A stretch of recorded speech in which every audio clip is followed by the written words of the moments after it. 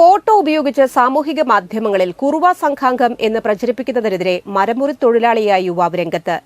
ഇരിങ്ങാലക്കുടയിൽ വാടകയ്ക്ക് താമസിക്കുന്ന കാട്ടൂർ കൊല്ലയിൽ വിനോദ് നിയമ നടപടിക്ക് ഒരുങ്ങുകയാണ്. ജോലിയുടെ ഭാഗമായി ഒക്ടോബർ 18-ന് ആറാട്ടുപുഴ തേവർ റോഡിൽ എത്തിയപ്പോഴാണ് ദുരനുഭവങ്ങളുടെ തുടക്കം. ജനാർദ്ദനൻ എന്നയാളുടെ വീടിന്റെ പരിസരത്ത് മുറിച്ചിട്ട മരക്കൊമ്പുകൾ വിനോദ് വാങ്ങിയിരുന്നു. ഒരു ടെമ്പോയ്ക്കുള്ള മരമില്ലാത്തതിനാൽ സമീപത്തെ മറ്റൊരു വീട്ടിലെ മരക്കൊമ്പുകൾ കൂടി മുറിച്ചു വാങ്ങാനുള്ള ശ്രമം നടത്തി. ഇതിന്റെ ഭാഗമായി സമീപത്തെ കടയിൽ ഈ വീട്ടുകാരെക്കുറിച്ച് അന്വേഷിച്ചു. നാട്ടുകാരൻ വഴിയറിഞ്ഞ പ്രദേശത്തെ മോഷണ ശല്യത്തെക്കുറിച്ചും വിനോദ് കടയിൽ തിരക്കി. ഇത് നാട്ടുകാരിൽ സംശയമുണ്ടാക്കി. ഇദ്ദേഹത്തിന്റെ ചിത്രം മൊബൈലിൽ പകർത്തിയ ആരോ വാട്സ്ആപ്പ് മുഖേന സന്ദേശം പ്രചരിപ്പിച്ചു. 3 പേരുടെ ശബ്ദ സന്ദേശവും വിനോദിന്റെ ചിത്രം കൂടാതെ മറ്റൊരു വ്യക്തിയുടെ ചിത്രവും ഉൾപ്പെടുത്തി ഈയിടെയാണ് വാട്സ്ആപ്പ് ഗ്രൂപ്പുകളിൽ വ്യാപകമായി പ്രചരിപ്പിച്ചത്.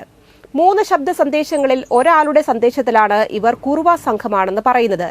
ചേർപ്പ് പോലീസ് നടത്തിയ അന്വേഷണത്തിലാണ് ചിത്രത്തിലെ ഒരാൾ കാട്ടൂർ സ്വദേശിയാണെന്ന് വ്യക്തമായത്.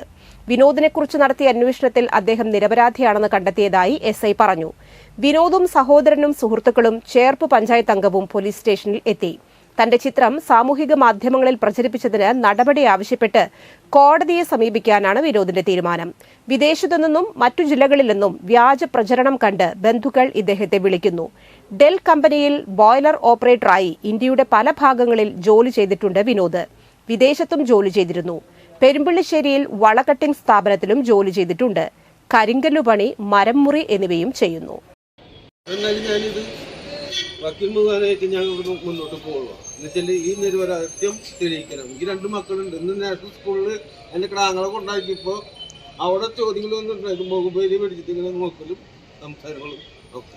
വഴി ഇറങ്ങി എനിക്ക് നടക്കാൻ പറ്റില്ല. ഒരു ഗ്ലാസ് വെള്ളം പോലും ചോദിച്ചാൽ ആരും തരുന്നില്ല. ഒക്കെ മൊബൈലിലായാലും എല്ലാതായാലും പകർന്നിട്ടുണ്ട്.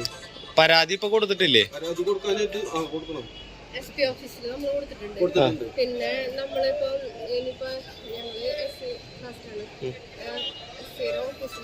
ഇന്നലെ എന്റെ ക്രാവ് പെൺകുട്ടി 6ാം ക്ലാസ്സിൽ പഠിക്കണ്ട, 2 കുട്ടികളും നാഷണൽ സ്കൂളിൽ പഠിക്കണ്ട. അപ്പൊ പറഞ്ഞ അച്ഛ